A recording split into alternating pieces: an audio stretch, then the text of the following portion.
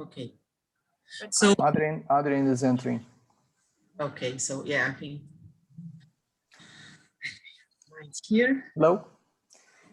Well, now I think we can start.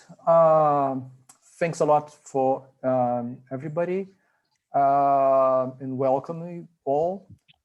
It's a pleasure to open this 2021 CEM seminar. I would like to start by thanking the guests we have here today.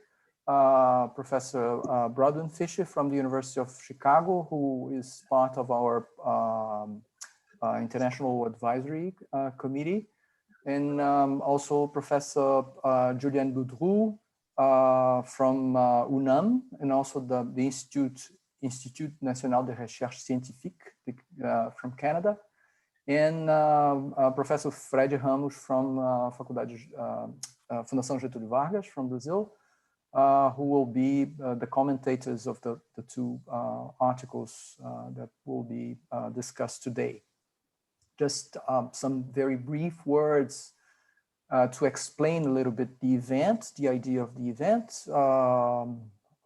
The large majority, most of us have been in these seminars several times, but for some, it might be the first time. So these are annual events that the Center for Metropolitan Studies holds with two goals. One is to self-evaluate the researchers. So this is one of the reasons we have Brodwin with us today. The idea of the International Advisory Committee is to have a broad picture of what's going on at the center and suggest changes, build criticisms, and also compliments. We are really thankful for them. But at the same time, this is a very important moment for the center internally, because this is a moment in which we share results, methods, arguments among the research teams. So this is a closed seminar involving just same researchers, the research teams, and some distinguished guests. And the idea is to well, show what's going on in the research teams. And each of the coordinators chooses one piece, which is usually not published, or if it's published, was really recently published. And the idea is to not exactly represent the line of research, because this is kind of difficult considering the size of the researchers which are being held, but gives a glimpse of what's going on, and in any case, the coordinator thought it would be interesting to receive some feedback from the commentators and the other research teams about the ideas. So that's it. And I think we can start with the substantive part of the seminar.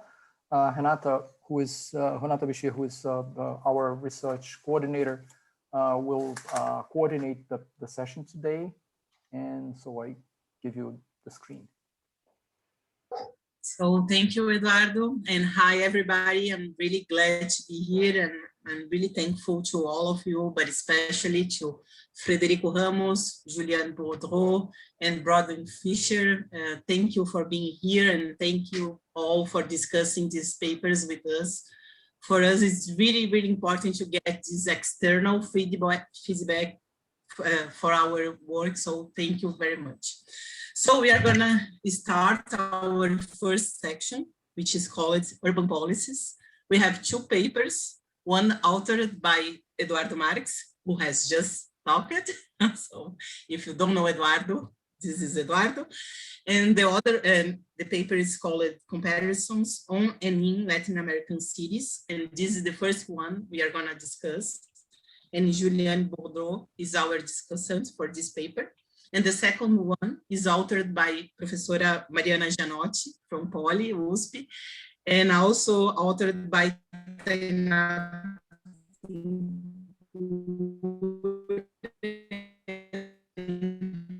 Pedro. I never know how to say. Sorry if I make. So how it works? We don't have any paper presentation. Everybody has received in advance all the papers.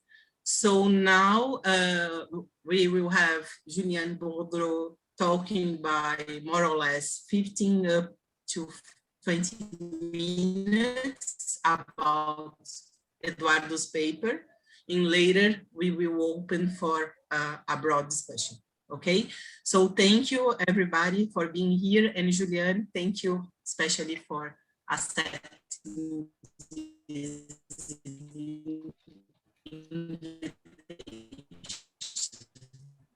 The floor is yours.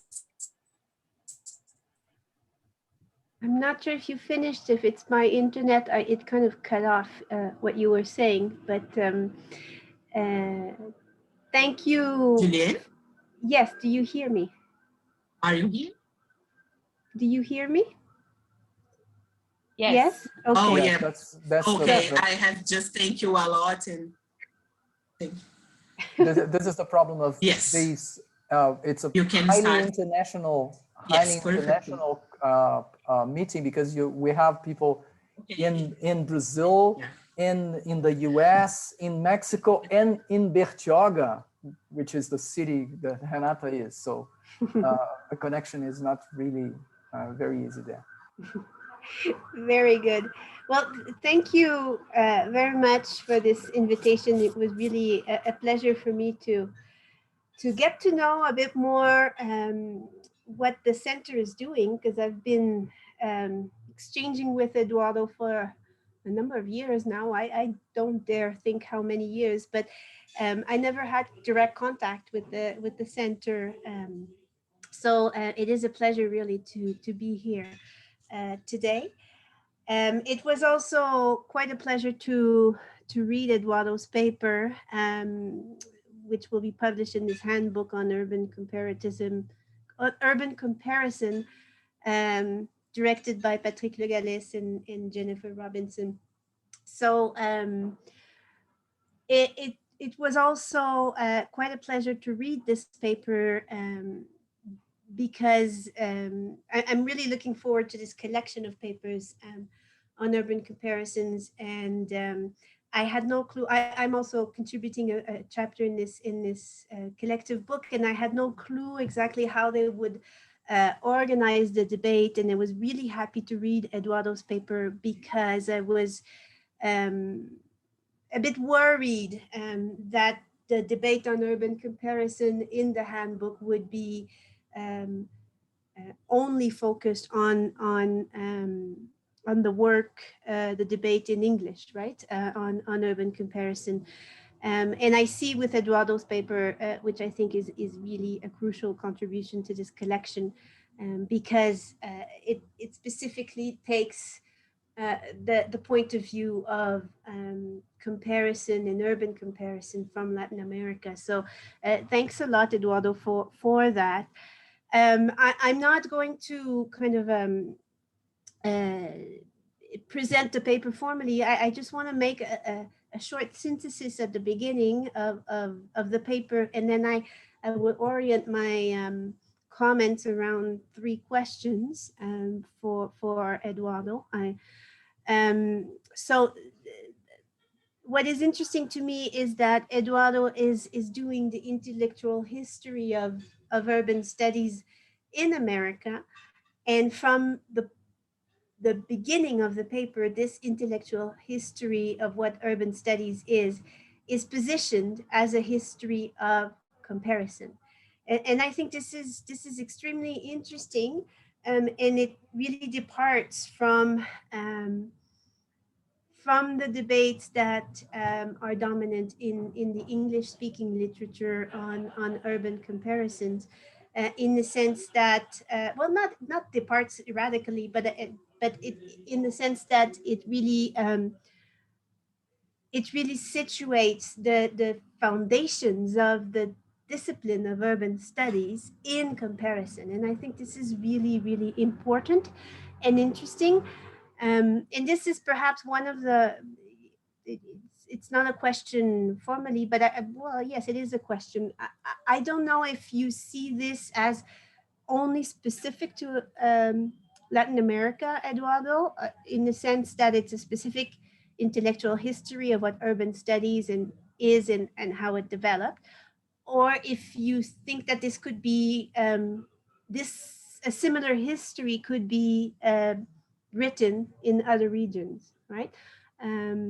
Because I think in your paper you talk about the linguistic barriers and the fact that at different periods intellectual production in Latin America was not did not circulate that much in the English speaking debates, and at other periods more, but so it has to do with the fact that it's produced in Portuguese and in Spanish. Do you see that in other regions in the world or not? This is just a general question to begin with, but to go back to the synthesis of the chapter. So comparison in the chapter is defined as a cumulative collective effort. And I think this is really, really interesting because it is not something that is necessarily planned or coordinated, but it's more something that happens through the course of the intellectual history of urban research in the region. So the paper identifies 3 periods up to the 1970s with a specific focus on what happened in the decade of the 70s. I'll come back to this. Then the 80s and 90s, and then as of the turn of the century. So the first period is a period where you have comparison by theory, where comparison is very structural. It's in relation to world system theory and dependence theory. And therefore it's in relation to conceptual production from the global north. What I find interesting in this, in Eduardo's analysis of this period is how the world scale and the local scale become articulated through this structuralist Marxist theoretical framework. And this is what produces comparison. In the 70s, there's a boom of intellectual production about cities around specific objects of study, informality, poverty, marginality, peripheries, right? And this brings in the 1980s and 90s through the effect of accumulation of knowledge, what Eduardo calls comparing by concepts. And this period of comparing by concepts in the 80s and 90s is a period which Eduardo identifies as a period of lower circulation of this work outside of the Spanish and Portuguese speaking world. And the comparison there, even though it's a lot about monographies and ethnographies, the comparison there is compared by using the same concepts or by developing this series of keywords and of concepts around objects of studies that are comparable. But it's not something, again, that is coordinated. It's more just the accumulation of all of these monographies enable us to speak of a specific type of urban studies in Latin America. And with the turn of the century, Eduardo identifies this third period, which he calls comparison by cases, which is perhaps the more classical, obvious, planned, coordinated form of comparison. And it also coincides with this this reopening of intellectual production to the global debate, which means the English-speaking debates. What is interesting also, I find in the paper is that Eduardo identifies the basis of comparison is ontological, it's related to the development of a Latin American, I don't know if it's identity or common cultural consciousness, with which in this ontological basis of comparison occurs through the use of common categories, common concepts, common or comparable objects of studies, but also through the intense circulation of researchers in the region. And again, I think this is really interesting, and in some ways it speaks to Jennifer Robinson's idea of a comparative gesture. And this is, Jennifer Robinson speaks from a different standpoint, geographically and culturally and linguistically. And Eduardo, you mentioned the Jenny's idea of a comparative gesture in the chapter, and this would be perhaps my second question to you. I think the paper could, I know it's very short and you can't really elaborate, but perhaps orally or in another piece, it would be interesting to elaborate a bit more on how you understand Jenny's concept of comparative gesture, and how is this related to your idea of a cumulative, collective, comparative efforts. Because there's the same idea that the comparison is not planned from the beginning of the research project. It's more something that happens through the exchange of research results, right? Through publications or through congresses or whatever. So I wonder if, because I don't think Jenny has this idea of a cumulative collective effort. And I find it's interesting to kind of think of this conversation between the two visions of comparison that you have, you and Jenny. My second comment has to do with scales, which is something I find really interesting in the paper. And this idea of a regional or continental kind of consciousness, which would be at the basis of the comparison, right? So I'm just wondering, you have a section at the beginning of the paper where you define what is Latin America, and not only geographically and culturally, but also in terms of its peculiar form of colonialism in relationship to other regions of the global South. And I wonder if you see in your three periods, if you see this definition of what Latin America is changing, or is it always the same among your three periods of comparative work? Is Latin America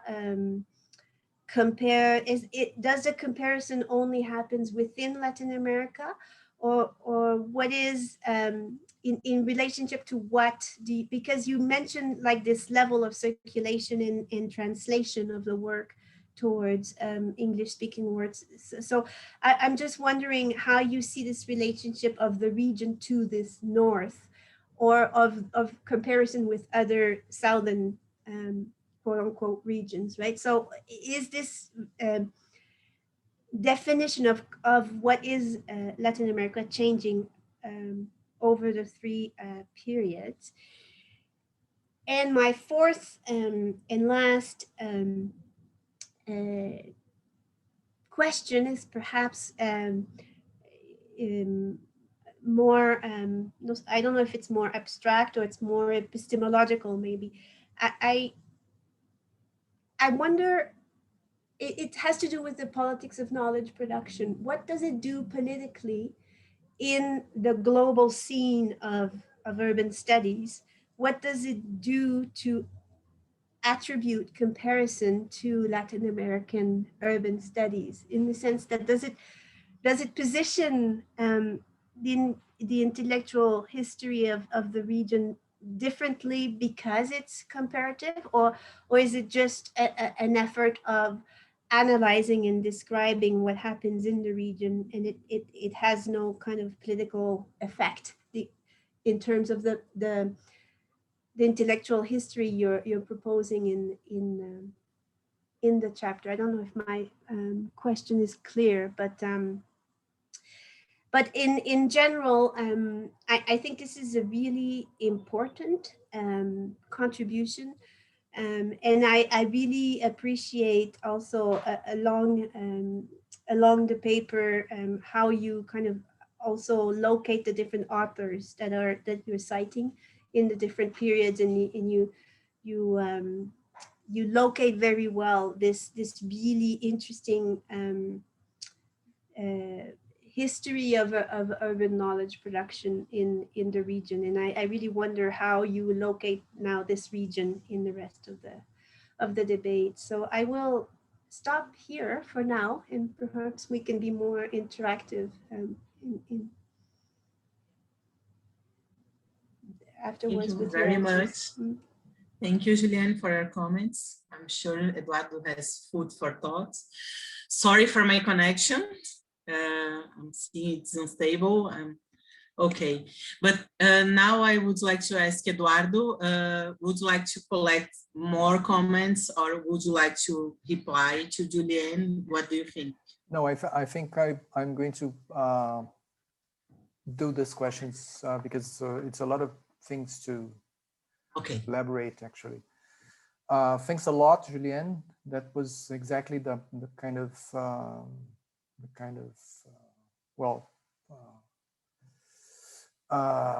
presentation of the ideas that I was expecting.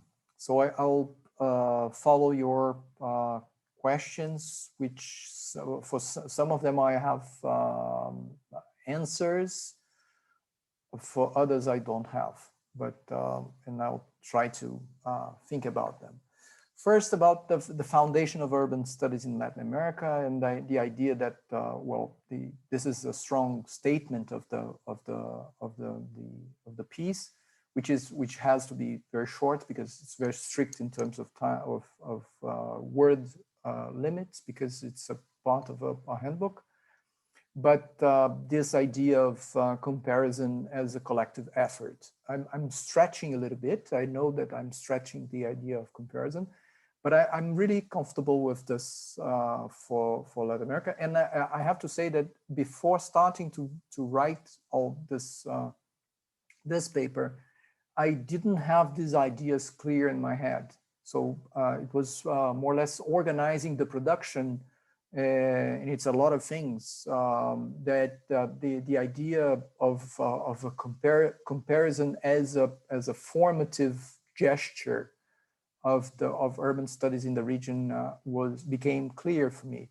And and you gave me a very interesting way of connecting this with Jennifer Robinson's general argument in the book, in the original book, the Ordinary Cities, because I think her argument is that the most of urban theory was produced thinking and representing the processes that were happening in Paris, Berlin, New York, and London, and maybe Manchester. And the rest of the world was outside of the picture, so it was outside of urban theories.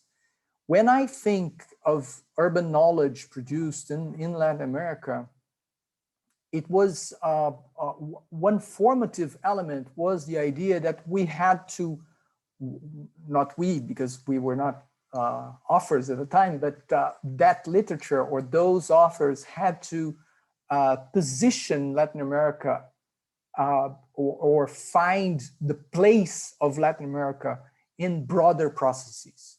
And this, I think this is the reason why comparisons were there from the beginning, because the goal of understanding the role of Latin America or the position role, because structural Marxism was really strong, but even the analysis that were not structurally Marxist were trying in the 70s, in the late 60s, in the 70s, were already trying to understand the place that Latin America was occupying in the urban world. And this is interesting because it's more or less like a mirror effect of the self-centrism that Jenny Robinson discussed in the Ordinary Cities book.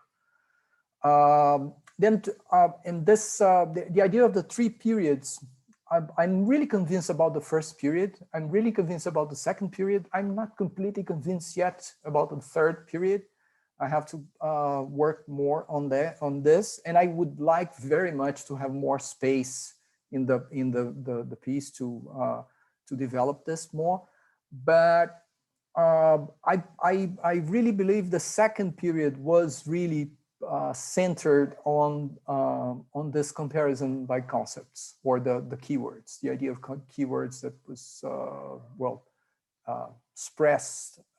expressed recently by Lisa Weinstein and colleagues. That and again this was a collective effort kind of comparison, but kind of self-isolated strategy of comparing, because people continued to compare, but they were comparing, discussing peripheries, discussing survival strategies, discussing several concepts that were informality, as Brody discussed in the morning in her lecture in São Carlos, discussing several concepts that worked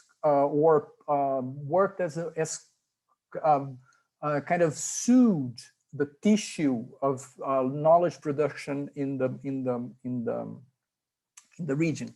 So I really think Latin American studies have this ontological tone of comparison that is present in the idea of the comparative gesture of Jenny Robinson, but it's different.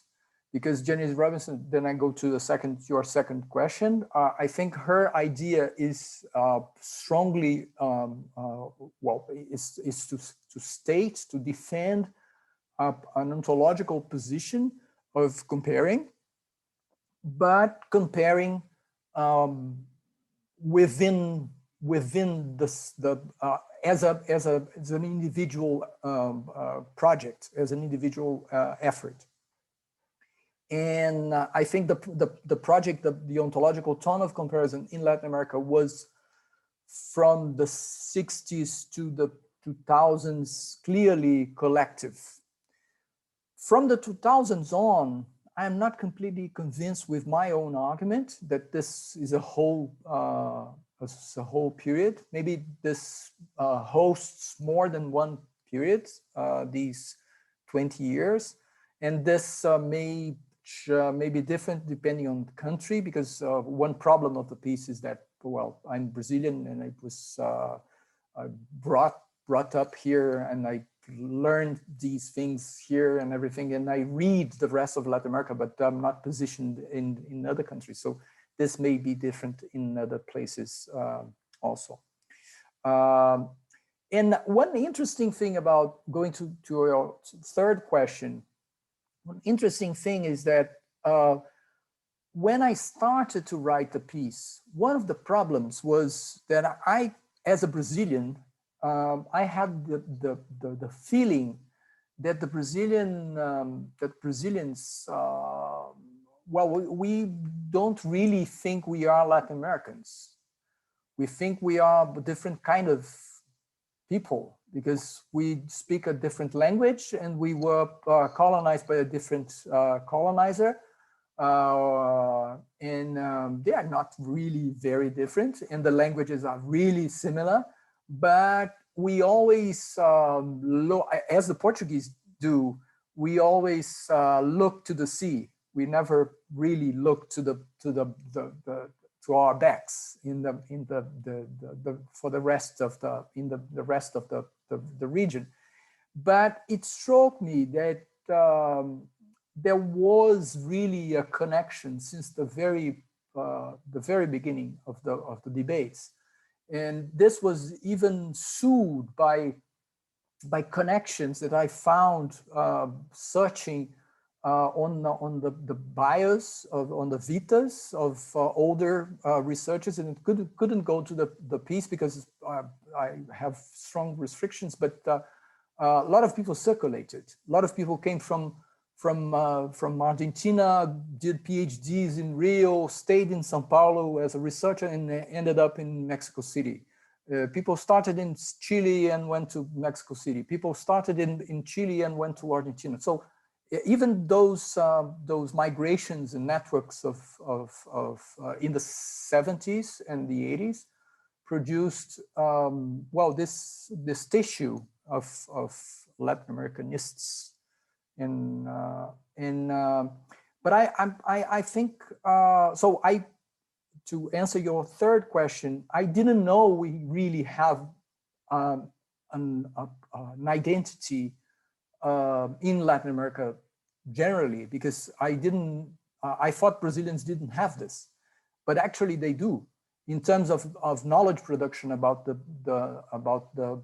continent, the urban in the continent, because people were thinking all the time in relation to what was being produced in other countries. And this leads me to your fourth question about the contribution of the region. I think one of the things I'm trying to do with the chapter is to be at the same time honest about the production, and also honest, but proud about the contribution of the region to knowledge production internationally. And I think this was really not acknowledged to this time. I think that part of the piece that at the beginning, that I passed through some concepts that were produced in the region in the 70s, stayed in Spanish, stayed in Portuguese, and then someone had a marvelous idea in English and became very famous 30 years after that. So I think we had a contribution in issues such as informality, housing precarity, survival strategies, or urban form. There were segregation, there were important contributions that were developed during the period. And one of the things I'm trying to do in the paper is to present these ideas and these offers to the international discussions. But I'm talking more, I'm referring more to the classical contributions than to the more recent ones. I have much more difficulties to distance myself from the recent production. And this is one of the reasons I don't know, I'm saying I'm not sure about the third period, if it's really a third period or has to be divided into two. But I think because the contribution of the recent production has to be valued or measured or weighed already in the international literature, because we are writing in English, and well, not everybody, but a lot of people are writing in English, and a lot of knowledge produced in the region have been circulating in the last 10, 15 years. So the contribution now, the problem is not exactly the same of the 70s, because the contribution is there and has to be acknowledged as the way the authors can improve and impact the debates. Thanks a lot. Okay, thank you, Eduardo. We have more or less 20 minutes to collect a few questions. So now we are not going to do like this. We are going to collect something around 3 to up to 5 questions, and then Eduardo reply to all of them. You can raise your hands, or you can write in the chat. Okay, so Brodwin and Adrian, in this order questions.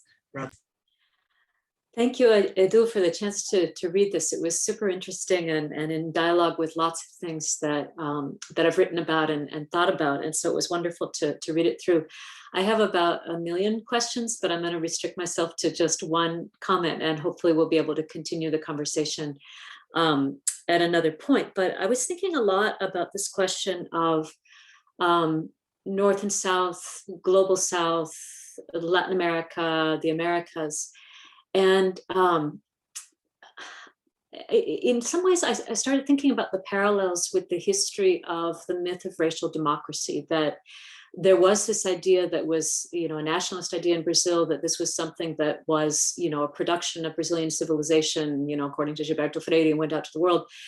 And more over the last decades, what's been emerging is the degree to which racial democracy was a kind of conversation that started in the 19th century, especially between intellectuals and politicians in the United States, including people like Theodore Roosevelt in the 19-teens. And that in a way, sort of both sides were imagining the other for their own political reasons in such a way that racial democracy ended up taking the shape that it did in Brazil.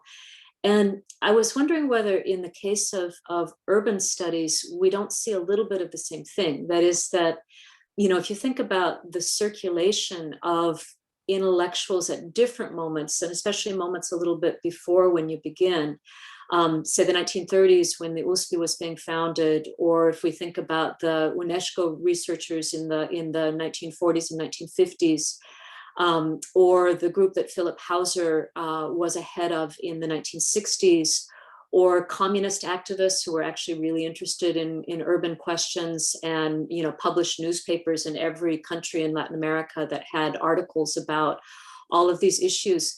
In some ways, it seems like there is a kind of circulation of ideas that makes it a little bit difficult sometimes to sort of separate very clearly what is being produced in Latin America and what is being produced in the Americas as part of this kind of transhemispheric conversation.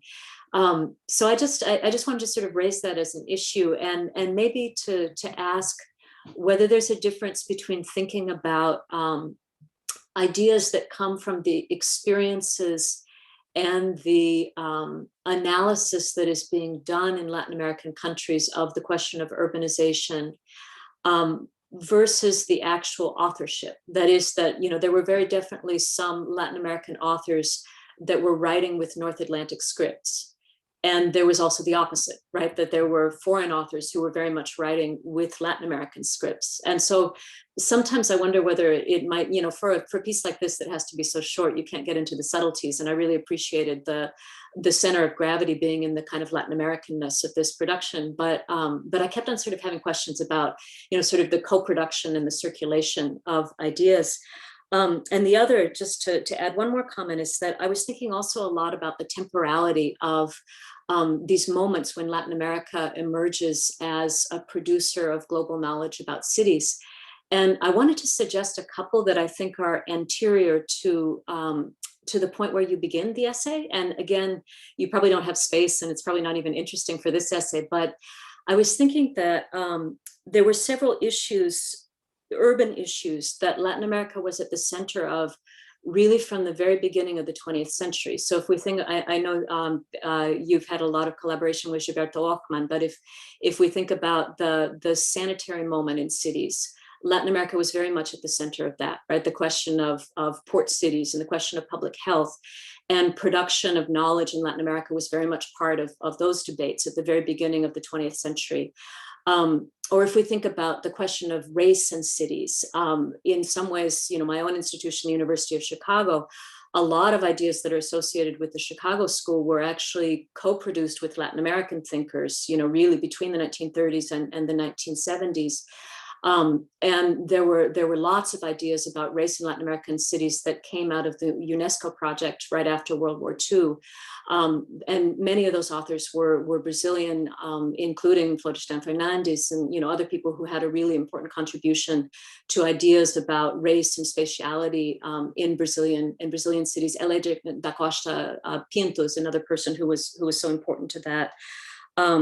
And then there was the moment, the Cold War moment, the idea that cities have to be analyzed because they produce social danger, right? They produce communism, they produce the danger of revolution. And I think that was another mobilizing moment, you know, all across the world where Latin America was really at the center of thinking about it. So in all of those ways, and some of them are in the essay that I wrote for Cities from Scratch, which you cite, and so we can have more of a conversation about that. But it might be interesting to just have, you know, a sentence or two acknowledging that what's present in this essay is sort of a moment that begins in the 1960s, but actually this process of collective urban knowledge production that's centered in Latin America, we can probably trace it, you know, much earlier than where you start. So it makes the argument stronger, I think, if you bring that in. Thank you, Broadway. Now we have Adrian, please. Thank you, Renata. Edu, I enjoyed very much reading your paper. You're facing a big challenge to write in a short piece a long story, which has not been told yet, so it's not an easy task. I have like 2 or 3 small comments. The first of them is about Latin America. It seems to me that somehow you are conflating the history of the region with the history of the identity Latin America, which are not exactly the same. You are talking in some parts of a Latin American identity. As an idea, Latin America, it's an invasion of the 19th century. So we can't be Latin Americans in the 16th or 17th century, and it's an invention of the French because they thought that after colonies get rid of Spanish crown, they would be lost to have a French crown. So the thing that were common among us was that we all were Latin. So that was a French temptation of a recolonization of the region. But actually the people who thought the region used the term Latin America much later, still in the beginning or at the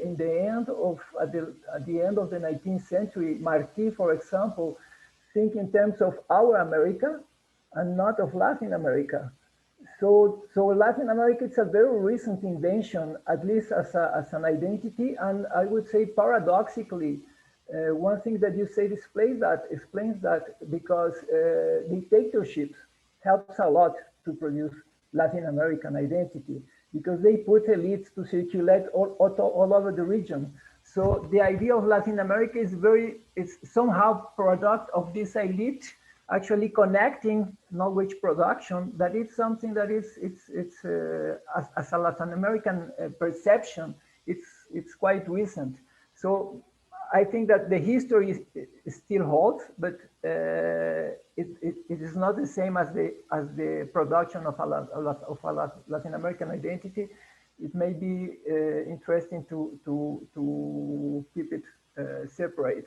The second observation is about the idea of periods.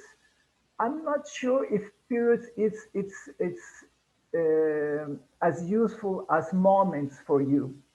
Why? Because periods tend to be understood as an open-closed process.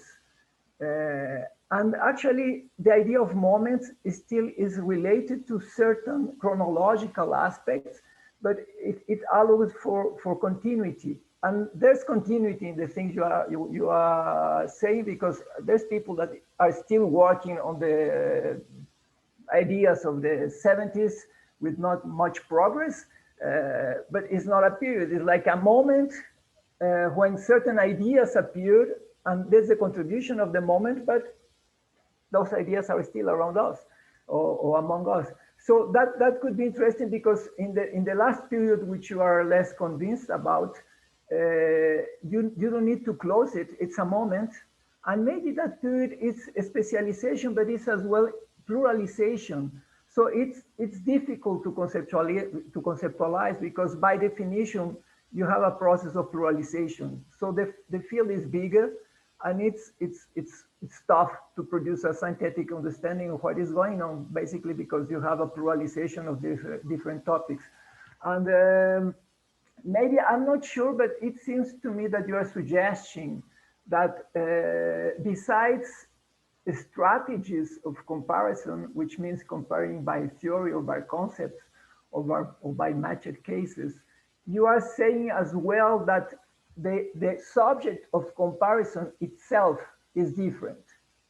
But that's not entirely stated or explicit. It seems to me that in the moment of formation, actually, there's no cities in the comparisons, but kind of regions of the world. So the subject itself of the comparison actually changes. While in the second moment of consolidation, it seems to me that you are talking about processes, because the comparison is by concept. So people like comparing processes of favelization or things like that.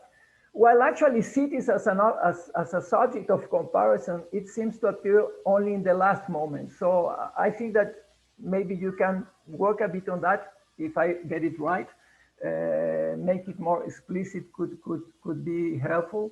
And I end with just an anecdotal comment. Lucio Kovarik used to say that he liked to work on comparison like the French did, or like the French used to do, which is working on regarder croisé or regard croisé. So it seems that we are not the only ones that actually make this kind of comparisons. Lucio referred to their own comparison like a French-inspired one. So there's some tricky issue there that you may address, and it's very present on the comment by Brodwin. Okay, thank you, Adrian. Now we have Katarina and then Jonathan, and I think we have to close. Can you hear me? I know my internet's not so good, but now it's Katarina, and then Jonathan. Here, there are also questions in the chat. Hi, So Edu. good luck at the end. Sorry. Go ahead. Okay. Hi, Edu. Thank you very much. I really enjoy your paper. I like this idea of the handbook to have short chapters. And my comment is more related to a foundation of your claims. That's something that is something that I'm thinking also in the last years. So, and then I'm going to use the kind of reflection that you have in philosophy. So what you point out there here is like there is a kind of epistemical injustice related to who are producing the knowledge, and that is related to the way you understand the comparative strategies. So comparative strategies is a cumulative effort.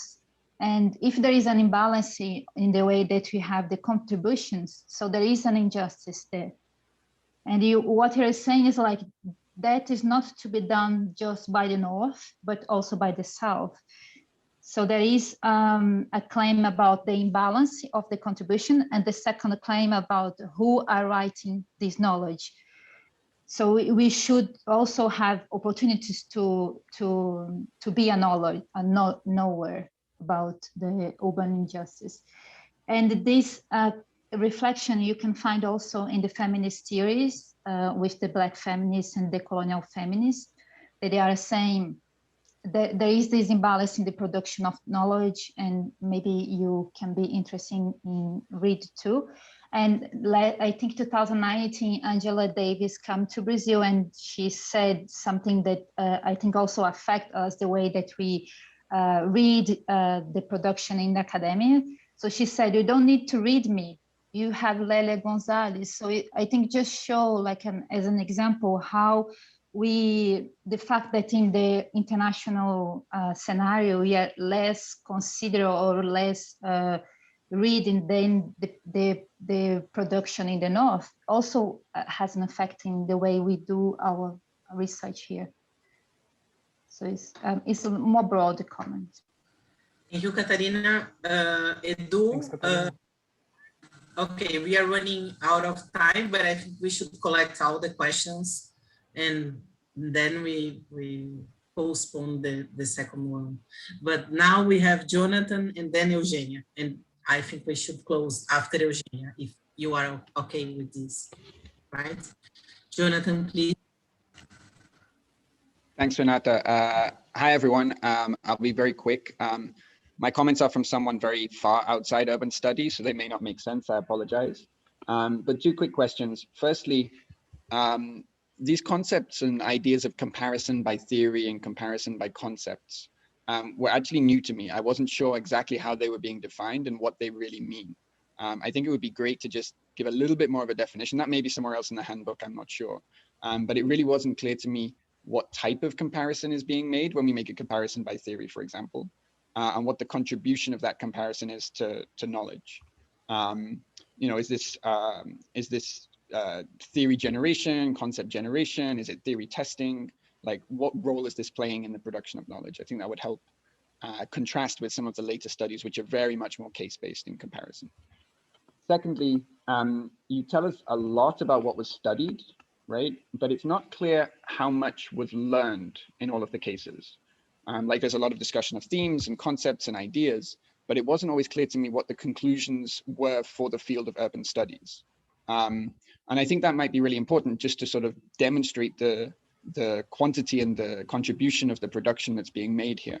So when you talk about some of the themes that come up a lot, sort of, you know, modernization and dependency theory, informality, democratization, these are all concepts and phases that we see across the social sciences, right? And it sometimes wasn't clear to me how much these are fields which are being exported by urban studies, when we think about informality, for example, and how much they're being imported and interpreted and adapted in the field.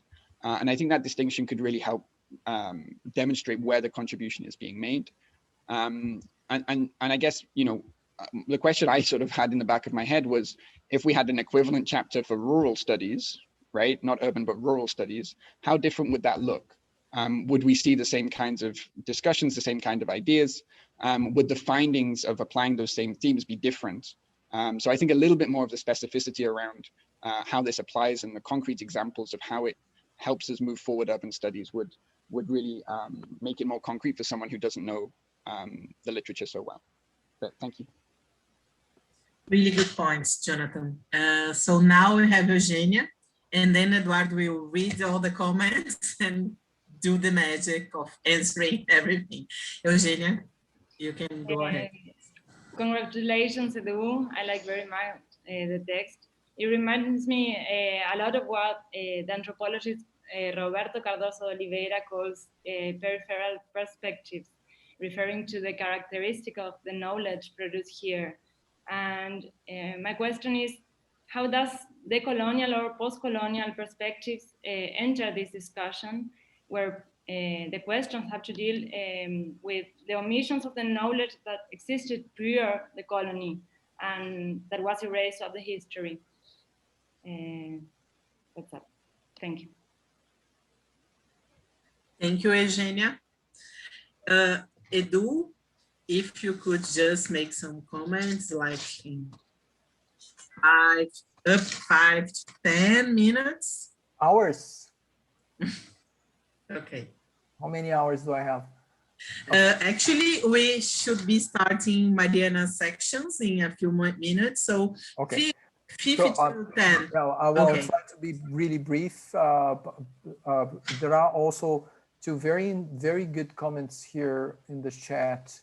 One by Bianca about the work of Adrian Gorelick, and another one by Brody about Gino Germani, and others probably, but I just got these two. So let me go very brief. Well, thanks a lot for everybody. A lot of the comments you have made, I'll just incorporate. Adrian, there's a certain anachronism in the use of Latin America. You're completely right.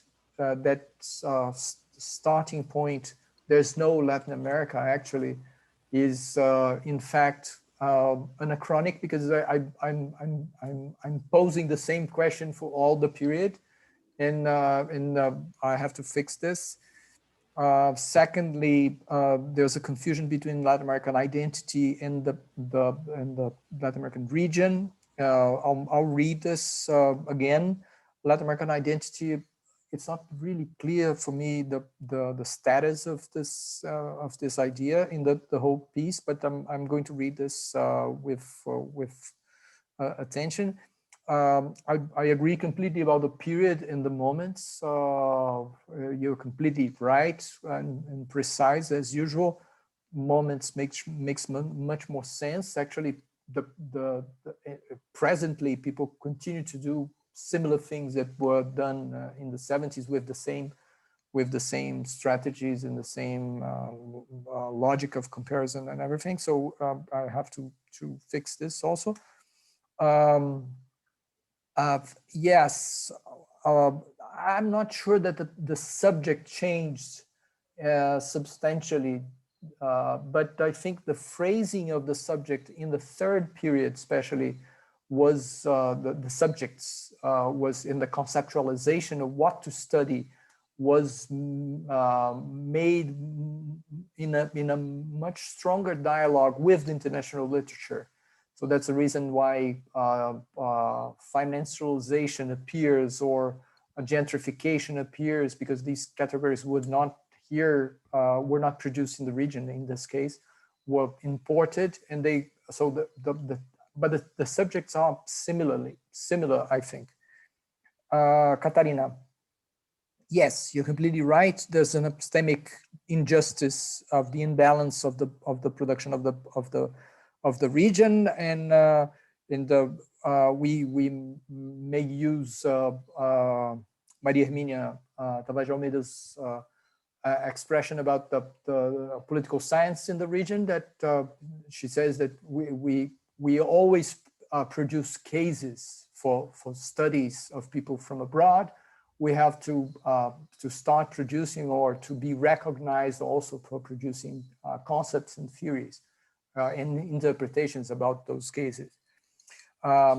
Jonathan, also completely understood. I have to define comparison by theory, comparison by concept, comparison by matched cases. I invented this. The field is really flooded with different definitions of this.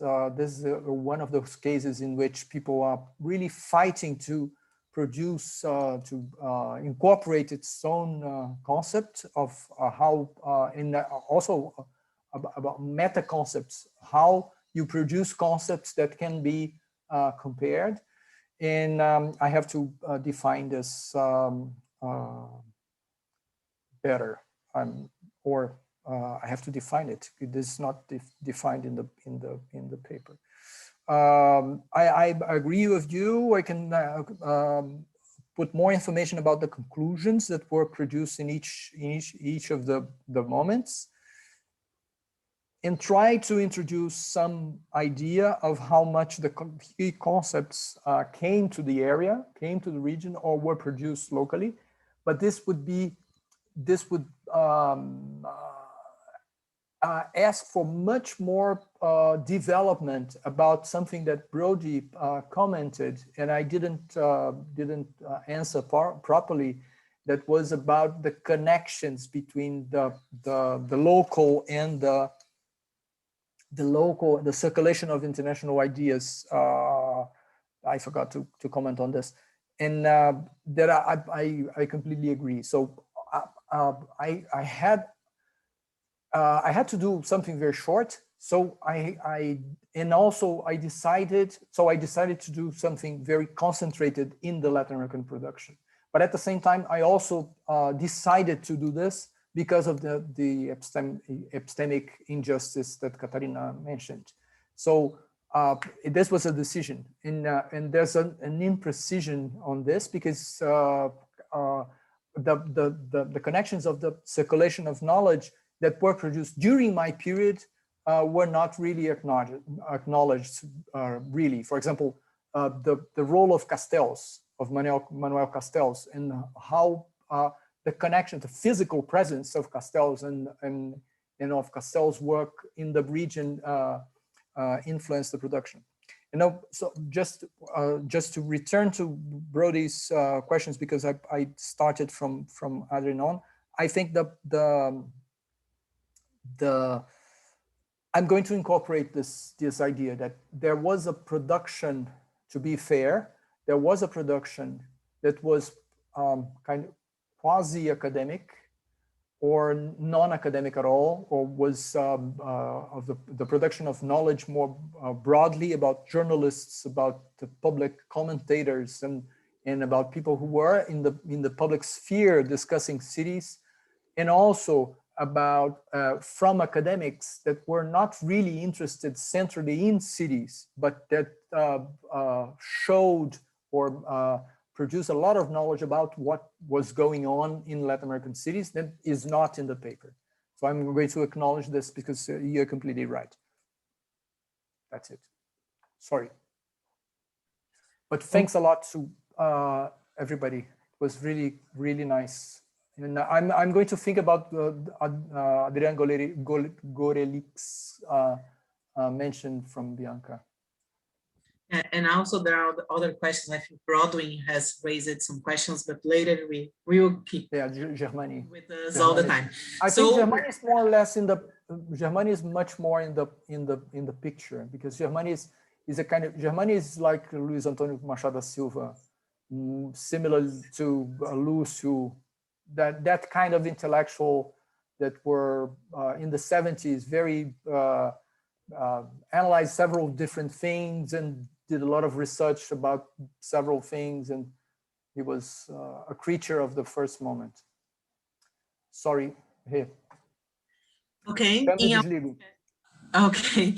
In our schedule, we planned a 5 minutes break. Should we take a quick comfort break and we return like 5:40, 5:40 here? Yeah, that's fine. Okay for everybody, so we will just take a quick break and we return in 5 minutes.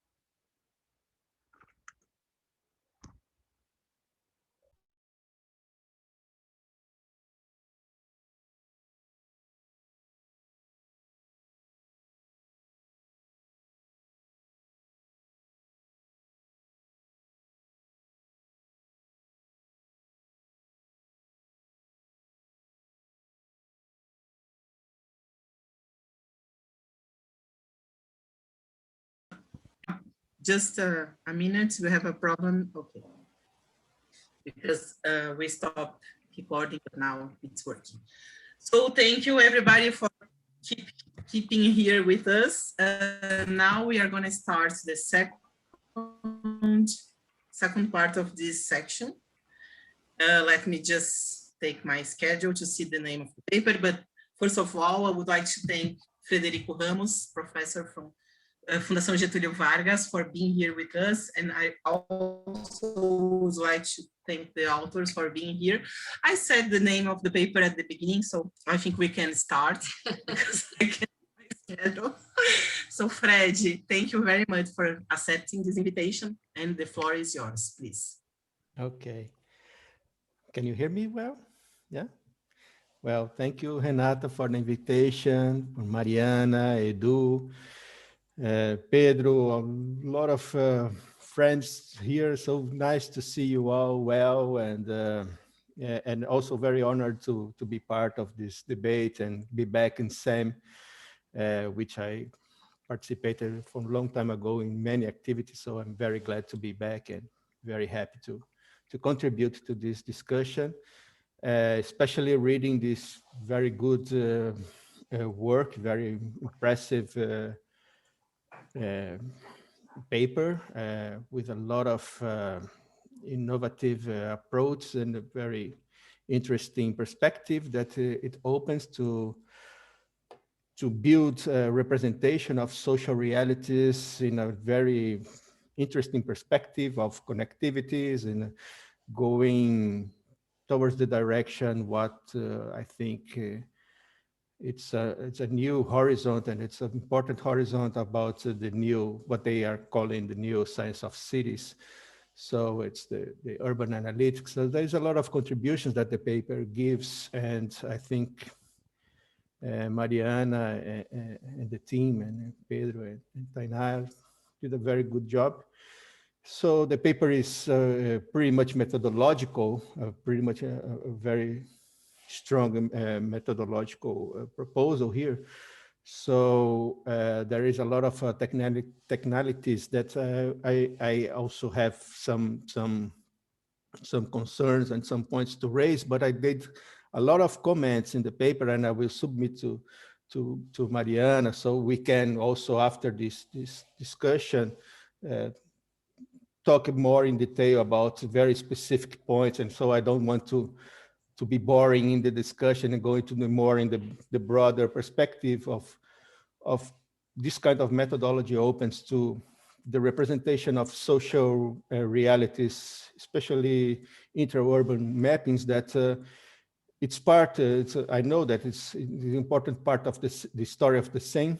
And I think this perspective, this paper brings very interesting perspectives in this direction.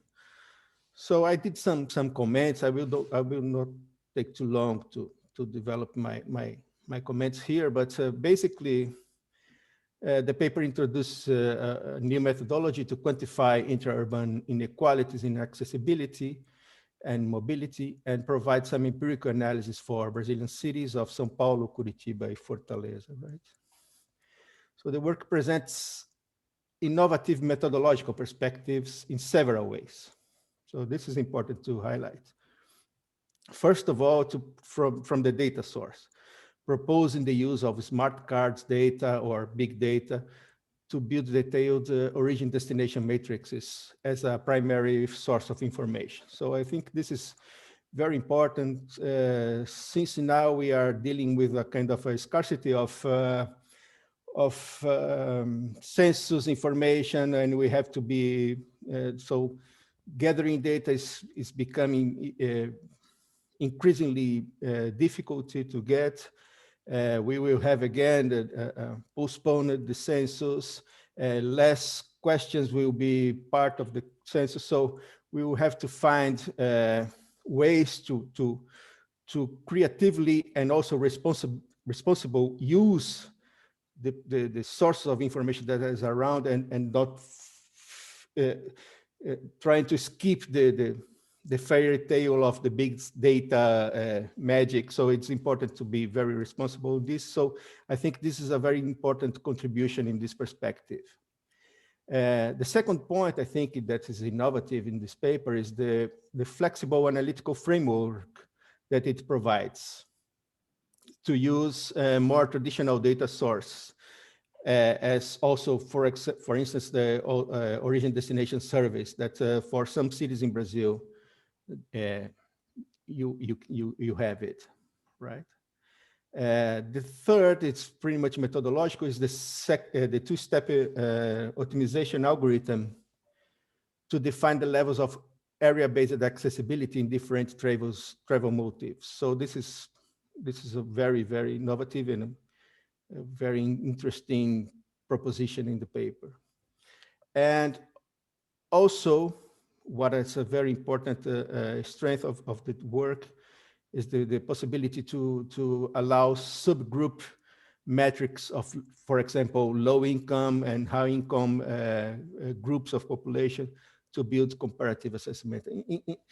In general terms, I think this contribution is pretty much in the direction that we are moving from the more traditional way of represent social reality based pretty much in individual and personal characteristics such as demographic and socioeconomic data, and also integrating it with this perspective with the presence of services and the distribution of services, or in a broader perspective, the accessibility to opportunities.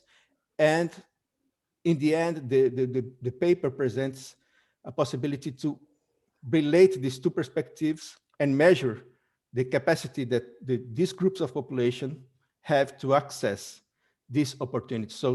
So it can really make a difference and be a kind of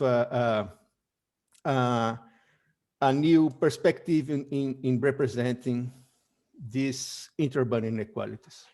So I think this is the main contribution of the work. So it has a very clear academic relevance because it brings this discussion of social representation and to the transport debate and the accessibility. So bringing more from what Milton Santos called it, from the fixus, from the fixed to the flows. So it incorporates the flows in the measurement somehow of the social reality. So it's pretty much important, this one. And in societal, the societal relevance of the work is also very important because it can provide very important tools and methods that could serve as monitoring and evaluation of public policies, and also an effective tool for planning or determination of priorities in terms of investment. So I think there's both clear academic and societal relevance of the paper that should be highlighted and celebrated here. Okay, so I think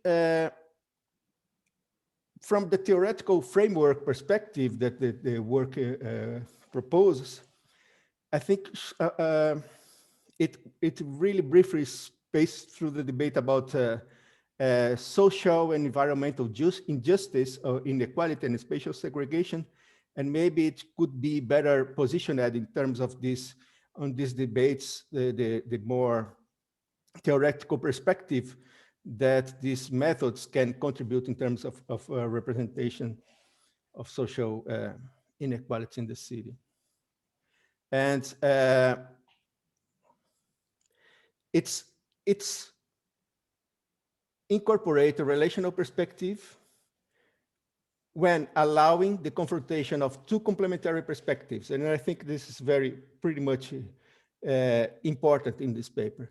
The perspective of the mobility as an observed, or the realization of the travel behavior of the population or groups, and the accessibility as a measure of a potential or an expected travel behavior in different parts of the city.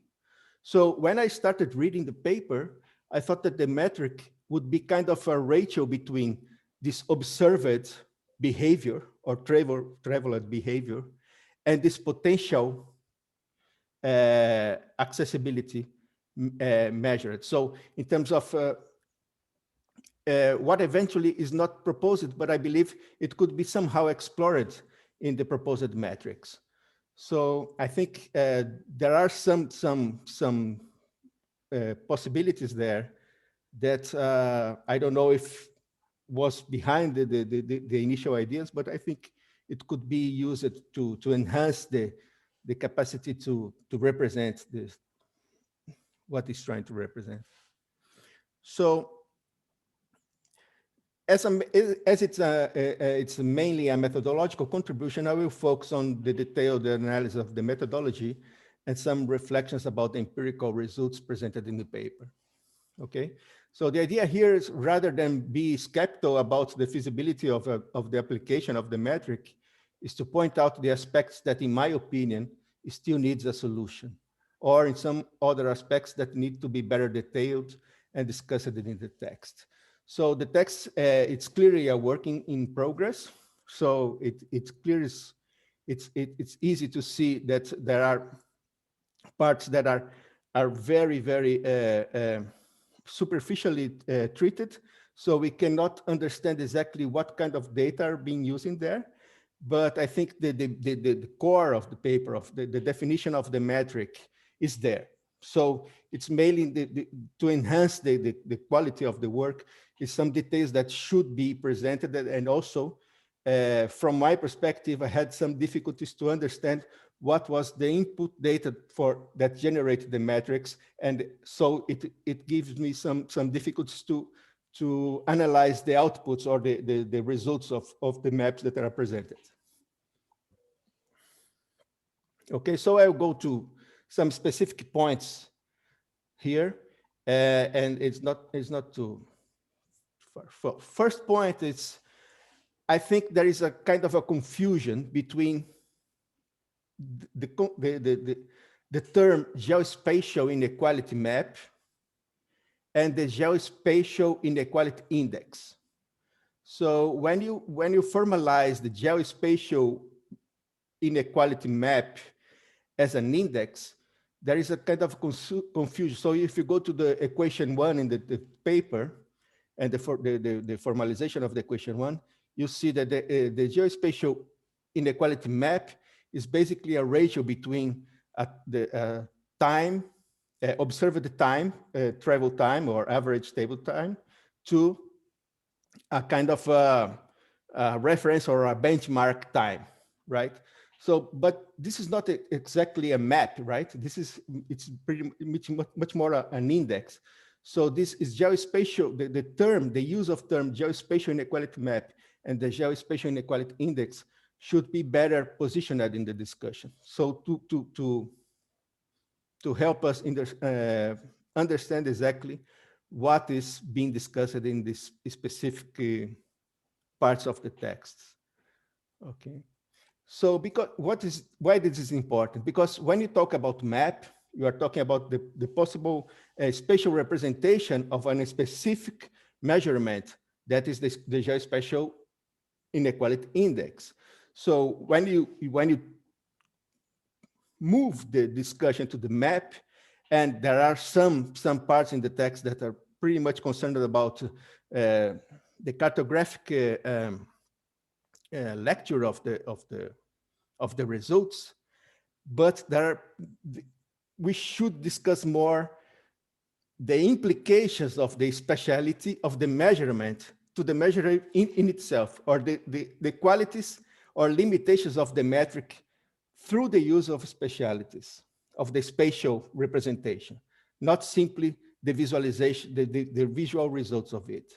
So I think it could be more discussed in terms of, for example, the effect of scale, effect of zoning, effect of defining boundaries, the heterogeneity of the groups that are being observed in different parts of the city.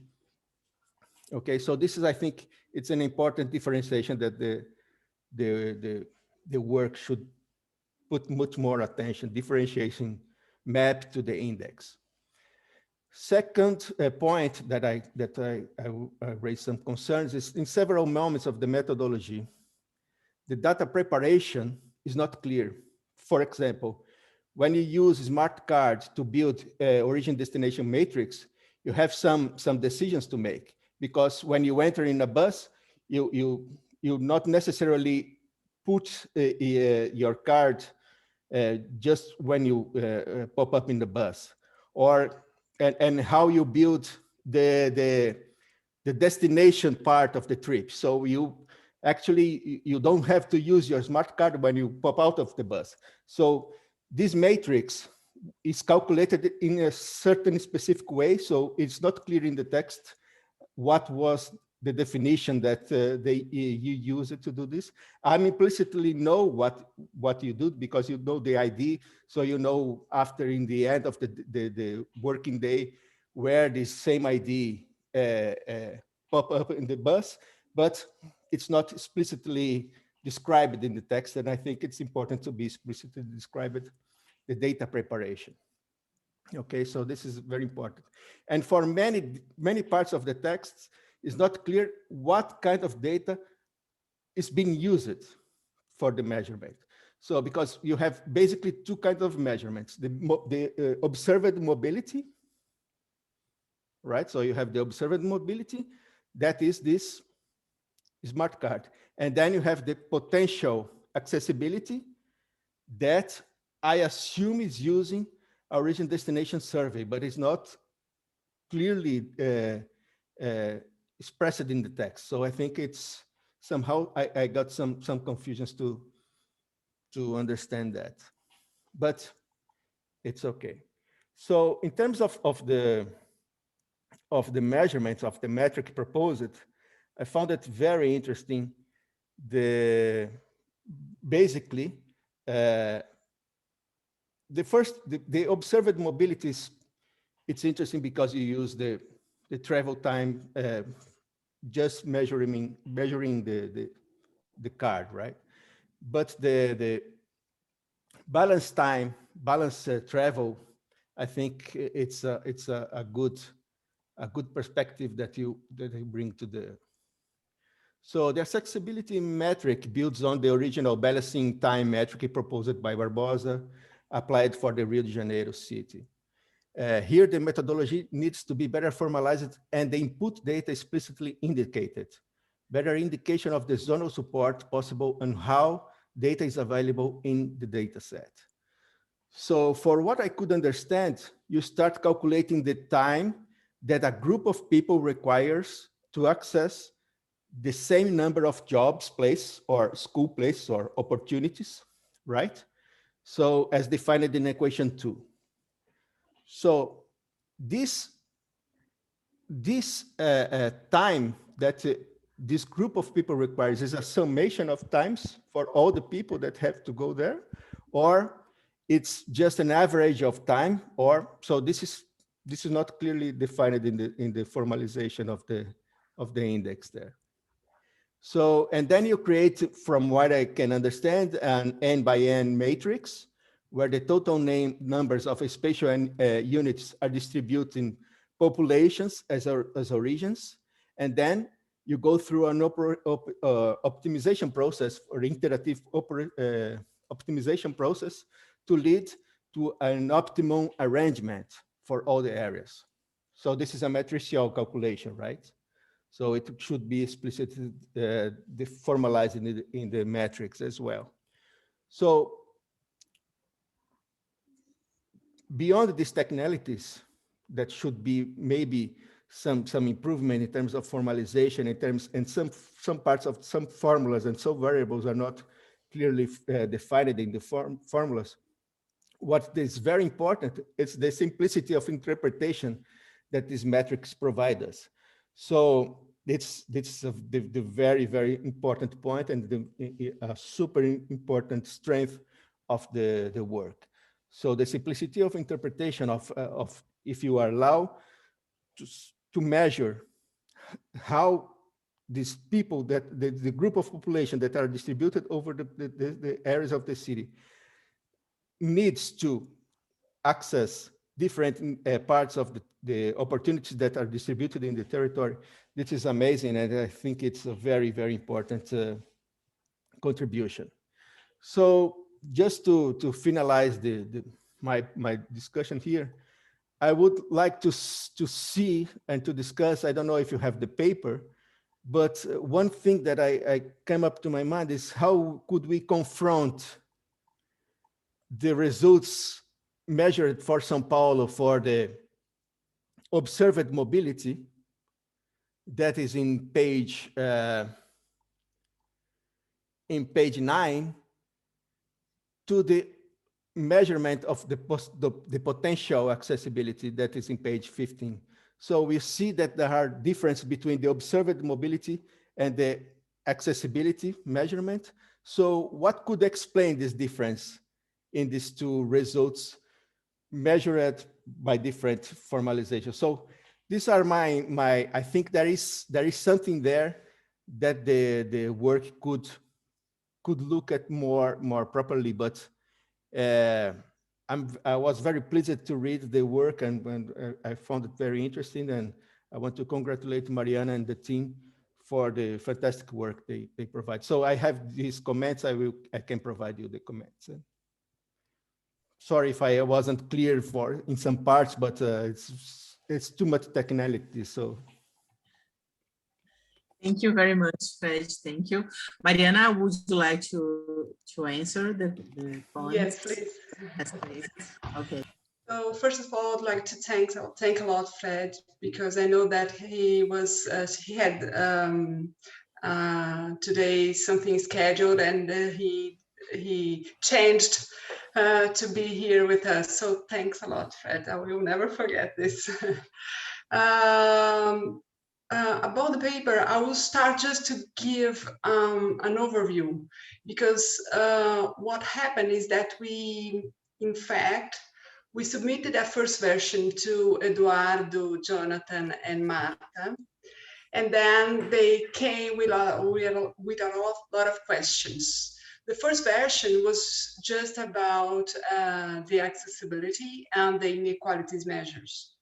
And with the questions they brought to us in December, then we decided to go beyond.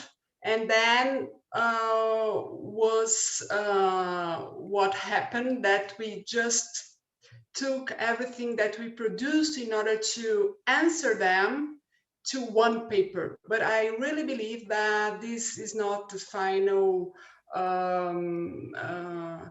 format for this paper. I think we will have to split it also to be able to give details about many things that are missing. So I'm really sorry, Fred and everybody, because the paper is tough, because we do not explain details, we do not explain a part of the history, and then I know that it's not, in some parts it's not well explained.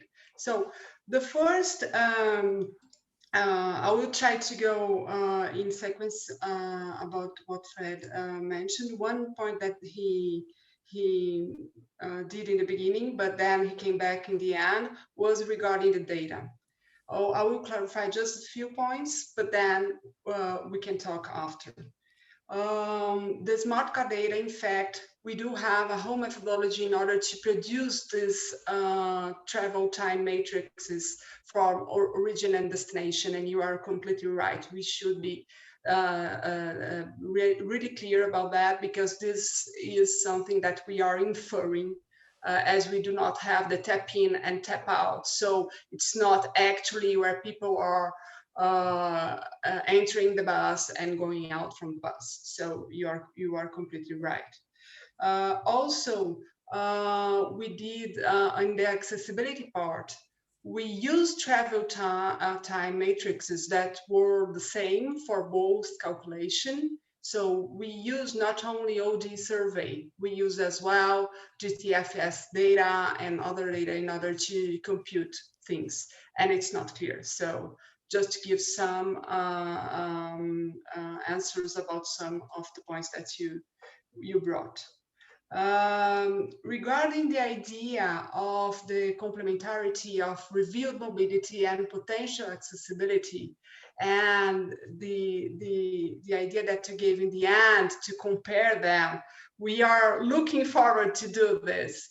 For us, until now, it was kind of, let's see how robust is this potential accessibility measure that was created, and what are the gaps between the mobility, the revealed mobility, and this potential measure that we use a lot in transportation in order to plan. So it's something that we are thinking, and maybe in a reorganization of the paper, this is something that we will try to explore more. Also, thanks about the comment on the confusion between the geospatial inequality map and index. Yes, you're totally right. When you started talking, I said, yes, it's mixed all over there, because we did an index, and Jonathan has already pointed out that this index is just like we are dividing everything from with the same reference. So in terms of the distribution, maybe there's no difference mathematically speaking. But what happened when we started working with the maps is that as we had this easy interpretation of how many times this place is worse or better than the other place, we also found a way to like choose how the legend would be classified, and things regarding the mapping methodology that helped a lot. Because usually we do have to have many decisions regarding how we are going to do our map. And even though the numbers are the same, if we choose different classifications, the maps will be different. And then the spatial perception of what's happening is different. So this is something that was in the beginning, and the metric in the beginning, we didn't have all this nice accessibility measure that Tainá worked a lot in the last months to come up. And we are thinking also to use the measure in like the traditional accessibility measures that are more difficult to interpret. Like in the cumulative one, we measure how many opportunities someone can reach from its home, from their home. So it's something that's not easy to think, okay, I can reach 50% of the jobs available, 20% of the jobs available. And then Jonathan mentioned to us on the center, but I just need one job. I don't need to reach 50% of jobs. So the idea of this inequality index was to help us to see how were the differences, and but I'm not really really confident on the index yet to make it clear here. Also, let me see. Already talked about it. Maybe I will open a little bit for Pedro and Tainá. Tainá, also there is a specific question about the algorithm that I don't know if you want to give a comment, so they can speak a little bit as well. Is it okay, Renata? Okay, if they are really brief. Don't you think we should collect the questions and later they can reply to them? Okay. I think it's a better idea. Can enjoy the audience. But if you feel like they should speak now, it's fine. No problem at all. Is agreeing with me. Okay. So let's collect a few questions. Actually, you still have some comments in the chat by Broadway. I was just complimenting the paper, and I can reach you anytime, so I'm not making comments here. But you can go to mentioned. Anybody wants to raise questions? Okay. If everybody's shy, I will start, but I would I can say something. Actually, I as Mariana mentioned, I already read the paper and commented 2 months ago, 3 months ago. So it's kind of stubborn person that complains and returns. I think the paper is great, and I think the algorithm, the way you produced a way of balancing and waiving the job opportunities and search for jobs is really brilliant. And I think this alone could be something, because it's really, I don't know anything about the measures of mobility, but this seems, considering that you are honest in the description that you make about the existing measures, this is really a breakthrough. This is much better than what was being done. So and this is more or less the spirit of my comment, is that there are several very good things in the article that maybe you could divide and separate in different pieces, and that's it. Thank you, Edu. Katarina, and then probably Brodwin can make the comments. Katarina, please go ahead. Okay, thank you for the paper, Mariana, Pedro, Tainá. I liked it a lot.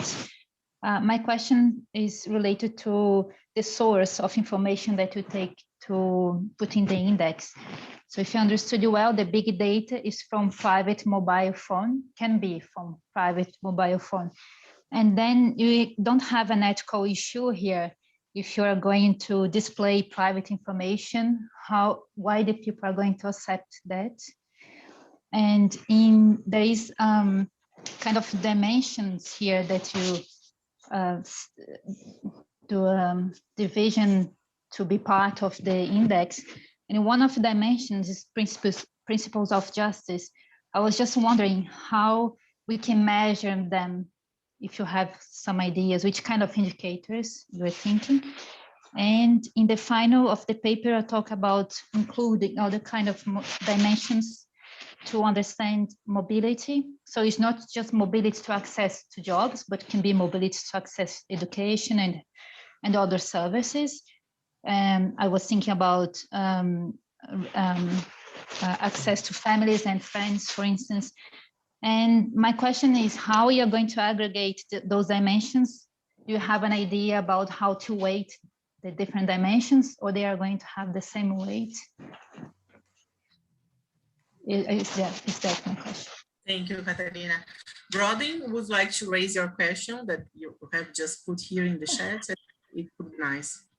I had actually, I put it in the chat because this is so far from my own area of expertise that I wasn't sure that my questions would be very relevant. But the main thing I wanted to say is that one of the reasons I love doing these kinds of seminars is because it really forces you to read in other disciplines. And I thought this was really extraordinarily clear. I mean, I could understand, as I say, everything except that bit on page 8 about the formal composition of the algorithm was really clear. And so that's just a compliment. And I thought it was really interesting and intellectually very exciting. And so know that you're managing to communicate with somebody in English in a completely different field and give a lot to think about. But then I just had a couple of specific questions. And again, I don't know how relevant these are. They're probably not relevant to this paper in particular, but they're just questions about the work. In particular, the first was that, oftentimes it matters a lot that people will take combis or they'll walk to the point where they enter into where the place where they would use the smart card. And so I wonder about how you if there's any way to sort of take into account that time, which can be very considerable, especially in some of the cities of the Northeast. I think it kind of depends on where you are. And as a related one, whether there's any way to sort of think about the density of transport entry points within any given regional area that you're dealing with on the aggregate. That is, you know, how far does somebody have to travel from their house to enter into the public transportation system would be really interesting from my, again, ignorant perspective to know. And then I wondered if there would be someday any way of thinking about the spatiality of informal employment, because that's one of the things that actually might be a benefit of informal employment, that sometimes it might actually be less transportation time. And that would just be an interesting thing to think through about why sometimes people will choose, you know, certain forms of informal employment that are nearby. And then finally, I just asked if there's any way of understanding the racial and gender dimensions of the patterns that you illustrate for us. Thank you, brother. Now we have Jonathan and Cecilia. Just a clarification, Adrian, your hand is from before, or you are still raising your hands? Because I made a mess here. But now it's Jonathan time, please. Thanks. Yeah, great to see the next version of this paper, and it was super interesting to see how much it's progressed. 3 quick comments. So I think, Mariana, your justification that you gave a couple of moments ago for the value of this index is actually something that you could be more explicit about in the paper, in terms of the interpretation value and the removing the risks of subjectivity and creating these categories. I think that was there, but I think it could be more explicit if that's the main reason. In particular, I think that applies to these multiple different types of indicators, so the mobility and the accessibility. They're sort of incomparable in their original units. But when you put them on the same scale with the same reference point, then you're actually able to compare these two in very interesting ways. And that's my second comment. I totally agree with Fregi that there's a huge opportunity here to compare actual movement with potential accessibility. And in complex ways. But I think, for example, one thing that struck me was that a lot of people choose to travel much further than they need to. The peripheries of Sao Paulo, people travel more than 2 hours. They don't need to. According to your map, they can travel 30 minutes to get to their job. So understanding that and understanding how much this is a voluntary choice to actually, you know, choose particular locations, better grades of job or something, whether this is a methodological artifact of the tools you're using or something, I think would be really important to understand and could open up a huge sort of new area of research for the team. There's obviously a normative aspect there as well, which would need to be interpreted. How much is this still an injustice if people choose to go further than they need to? The third comment is a very specific one. I don't trust your maps of Sao Paulo. And I don't trust your maps of Sao Paulo because I think they're a very different unit of analysis than Curitiba and Fortaleza, because you're just taking the municipality and not the metropolitan area. As a result, a lot of the jobs in neighboring municipalities are not showing up in the data, unless I misunderstood how it's being calculated. So all the industrial jobs in ABC, all around the region, are not being captured here. And it may be that people have much shorter commute times to those places. So just an encouragement to try and move the unit of analysis consistently across cities to be the metro area. Thanks. Thank you, Jonathan. Now, Cecilia. Thank you. Mariana, I agree that this is like a huge breakthrough, and I was really excited reading it about all the potential other studies that could use this kind of data. It's really exciting to have inequality data that is more like is available for more than once every 10 years. So I have sort of 2 questions I was wondering about. It seems to me, and please correct me if I'm wrong, that there's this assumption that people go from home to work and then home. And I was wondering how your model deals with the possibility of people after they get off the bus, since there's no tap out, like going to a second job, going to a different place to pick up their kids, etc. And then my other question is, I was wondering how, if this, the data and the model give the possibility for us to have an idea of a job precarity. Like, can we use this data to tell something if people don't go to the same place every day, or if people go to different places or travel, if there's variation in the amount that they travel daily, and if that can tell us something about the way that that employment patterns are changing. Thank you. Okay, now we have Adrian and then Eduardo, and we close the oral questions, but we still can use the chat. Adrian? Thank you, Renata. Mariana and colleagues, I found your paper fascinating. I learned a lot. It's a field very far from my expertise. And so I can't help to say things that actually lead with the more substantial things. But I actually found it very, very interesting, and I learned a lot, and I like it a lot. I have three observations, more from a kind of editorial point of view, if you're trying to write a paper and publish the paper.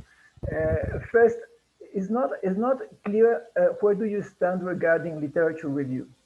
So actually, you provide all the fundamental positions of literature, but it's not clear where you stand. Where are you arguing and where are you betting against the literature review or in favor of certain positions? So that for an article, it's important, and obviously there are certain points of the literature review that should be strengthened or pushed forward if you are arguing in certain direction instead of another. The second is that I absolutely agree that you have at least 2 or 3 potential papers here, all of them very interesting.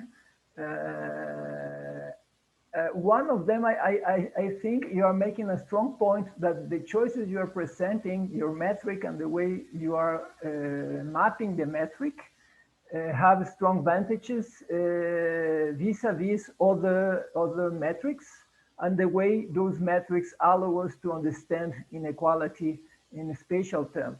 But so that's one kind of argument.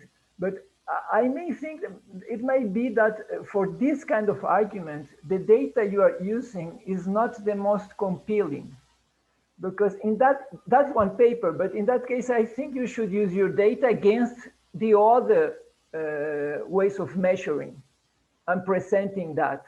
Then it would be very compelling. I say, look, this is the way the world looks if you use this way, and this is the world normally looks if you use the other way.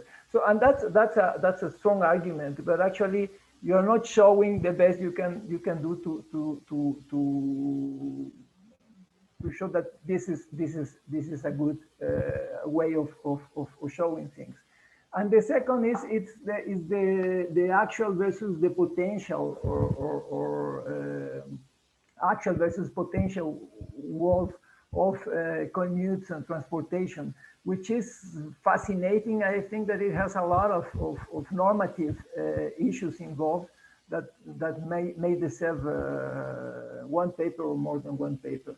And last, I was wondering, while I read the algorithm, the 2SVT algorithm, and you tell the reader that actually there's lack of reliable information and up-to-date data for dealing with the algorithm the way it is.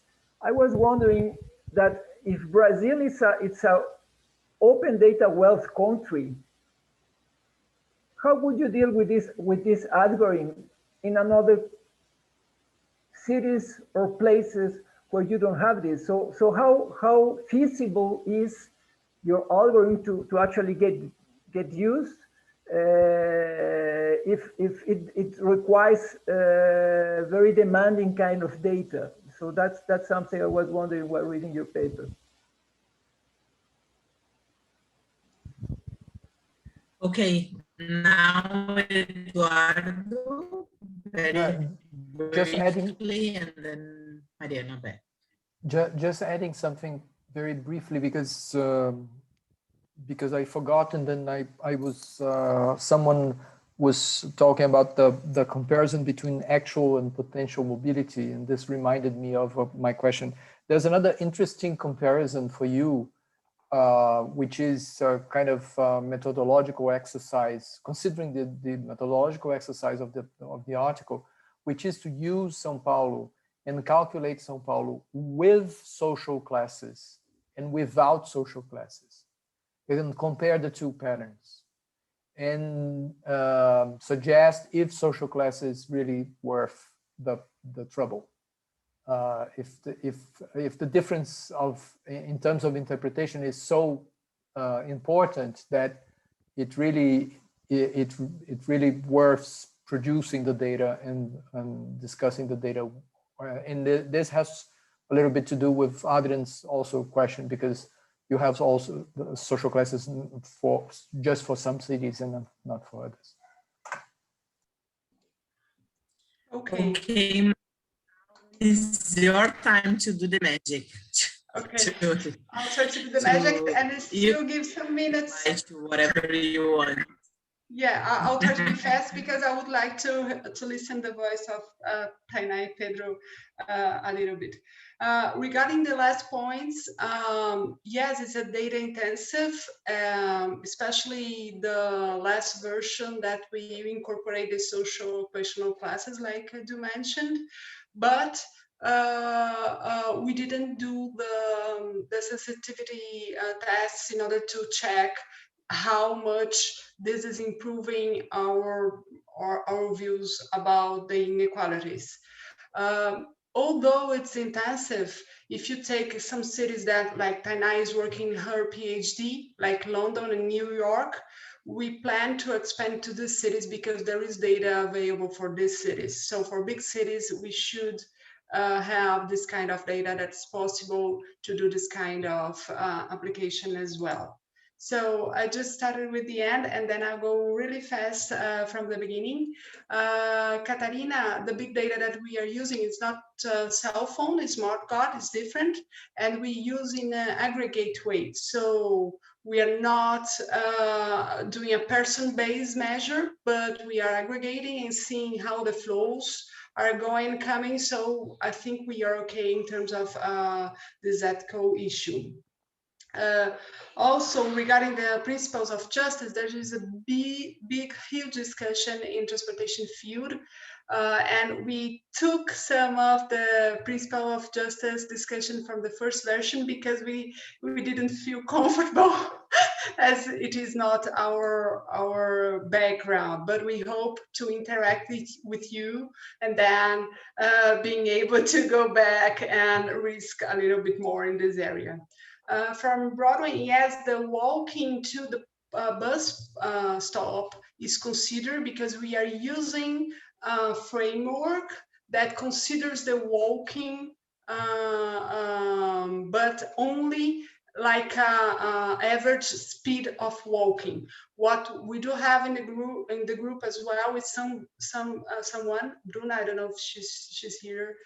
She was in the beginning, that is looking to the quality of walking, because we do have like this average speed that everybody adopts, but here we do know that the walking quality is really different depending in where you are, so we are trying to incorporate this as well.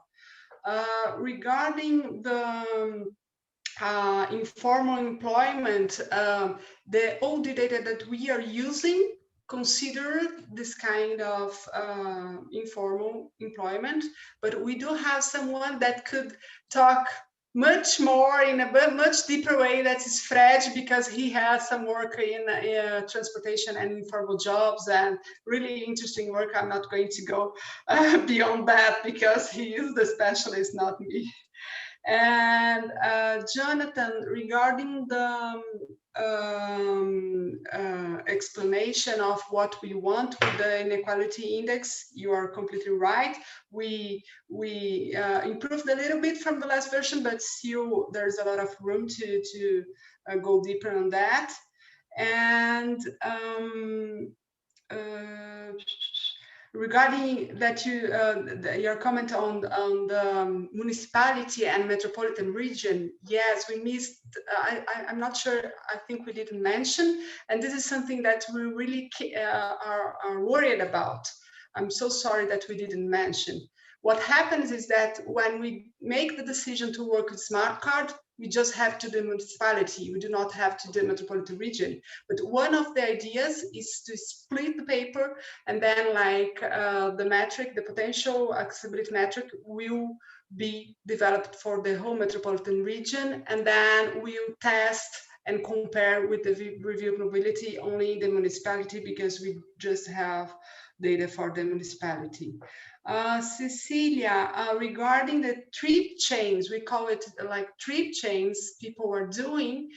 there are a lot of works looking to the transport behavior and then trying to take this from the smart cards. We have in the group 2 students working with the smart card data in other fronts, but it's still something really difficult for us because, as Fred mentioned it, we do not have the tap in and tap out. So there's a lot of inference in the middle, but we are trying to work on that.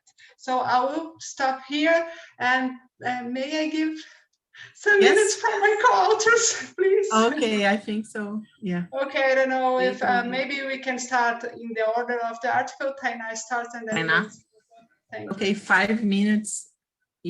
I'll be super quick. I promise. So thank you all for your valuable comments. I think you gave us like some very good ideas, like how to use transit data to analyze job precarity. I think it's a very good idea. Also, like this ratio and this relationship between mobility and accessibility patterns. Like if we have high accessibility and short travel times, it means that those people are kind of taking advantage of the accessibility they have. But what about like when you have high accessibility and very long travel times based on mobility data? So what's preventing those people to take advantage of the accessibility they have? So I think it kind of gives room for a lot of hypotheses there and a lot of different studies from there, right? So I think Mariana kind of explained or kind of responded to almost everything. I would like just to comment on Brodwin's comment on racial dimension and gender dimension. I think racial dimension we're already kind of trying to exploit with accessibility data, but it's way harder to do that with gender inequalities because accessibility is kind of calculated. The way we're calculating accessibility is location-based accessibility, right? And women and men kind of live in the same places, like in the same household. So the inequality in gender related, like gender inequalities related to transportations are not actually on accessibility, but how they travel and all the other stuff they have to do, like with childcare or taking care of the elderly or like doing shopping or everything else, right? So I think Pedro is kind of working on gender inequalities, focusing more on mobility data, where we can see all this trip chaining women do, which is very different from men. Like we can see that men kind of travel from home to work and then work to home. And we can see that women don't do that. Women kind of drop the children at school and then goes to work and then like do some shopping and then take the children from the school and then come back home. So I think the only way we can fully capture those gender inequalities is with mobility data. But with regarding the racial dimension, we can very much see like a lot of differences between accessibility, because we know that Black people and white people don't live in the same places, at least not in Brazil, not in the United States, not in every place we analyzed so far. So we can see that some places where you have a high concentration of Black population, you probably have low accessibility. You have fewer transportation options, and there are more kind of peripheral zones of the city, so they're far away from job opportunities. So we can see these dimensions way clearer than with gender inequalities. And I guess with like databases, like Adrian mentioned, here in Brazil we have a very good national databases, but it's very hard to get local databases, because for like transport analysis, we need very good data from transit agencies and municipalities, and we don't have a very coordinated system on providing on like creating those databases. So that's why we're trying to kind of come up with a simplified version of accessibility. which we show on, like, when we compare Curitiba and Fortaleza and São Paulo, when we kind of rely more on national databases, but we still it's still a very complicated way or a very complicated thing to get those very local databases. That's one challenge for, like, looking at the metro region of São Paulo as well, and just like the city, because we have information about the city, but we don't have information about all the other 34 municipalities that form the metro region of São Paulo. So I think we are in the middle of this national and local databases to kind of do our analysis. I think that's that. Thank you, Tainá. Pedro, just concluding, please. Yeah, so I'll be really quick. First, thank you so much, Fred, for the comments and all the comments of the group. It was really inspiring to hear you. I want to say something about the relation of the potential accessibility and the mobility. We can see that on the maps that we had, the potential accessibility was really better than the observed accessibility, observed mobility. So I think there are two ways that we can go further. The first way is to make the potential accessibility measure more accurate. So I think in this paper, we could move a bit on this path to make it a bit more robust. And the other way is to, as we get something that we consider like really accurate, we could see the difference and use it to find some gaps. So for example, people could not be able to use the system, the transport system, because of affordability, let's say. So people cannot pay to use it. So we could go deeper on affordability issues, or we can go deeper on gender gaps. Let's say we have some data about the crowding inside the vehicles. So what represents for a woman to be in a vehicle, like with more than 6 and 10 people in a square meter? So would it represent a barrier to use the transport system? So I think that it's really interesting to go deeper in this investigation on the potential accessibility and the mobility. I think by comparing both, we can understand a bit more and go a bit like deeper on some really gaps in terms of inequality according to the displacements in the cities. So that's my quick comment. Thanks a lot, everybody.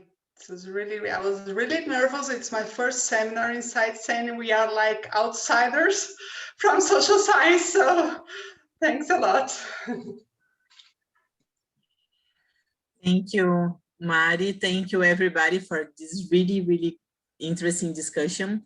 It was really nice. I have a lot of comments, but I can hit you all. So I would like to thank all the discussants and the presenters, the authors, because there are no presentations. So thank you very much. Edu, would you like to say anything? If not, go ahead. Just answer all the questions that were left unanswered. Thank a lot all the presence of everybody, but especially of the persons who had the task of reading and commenting, and also Brodwin, who will be with us on the other days.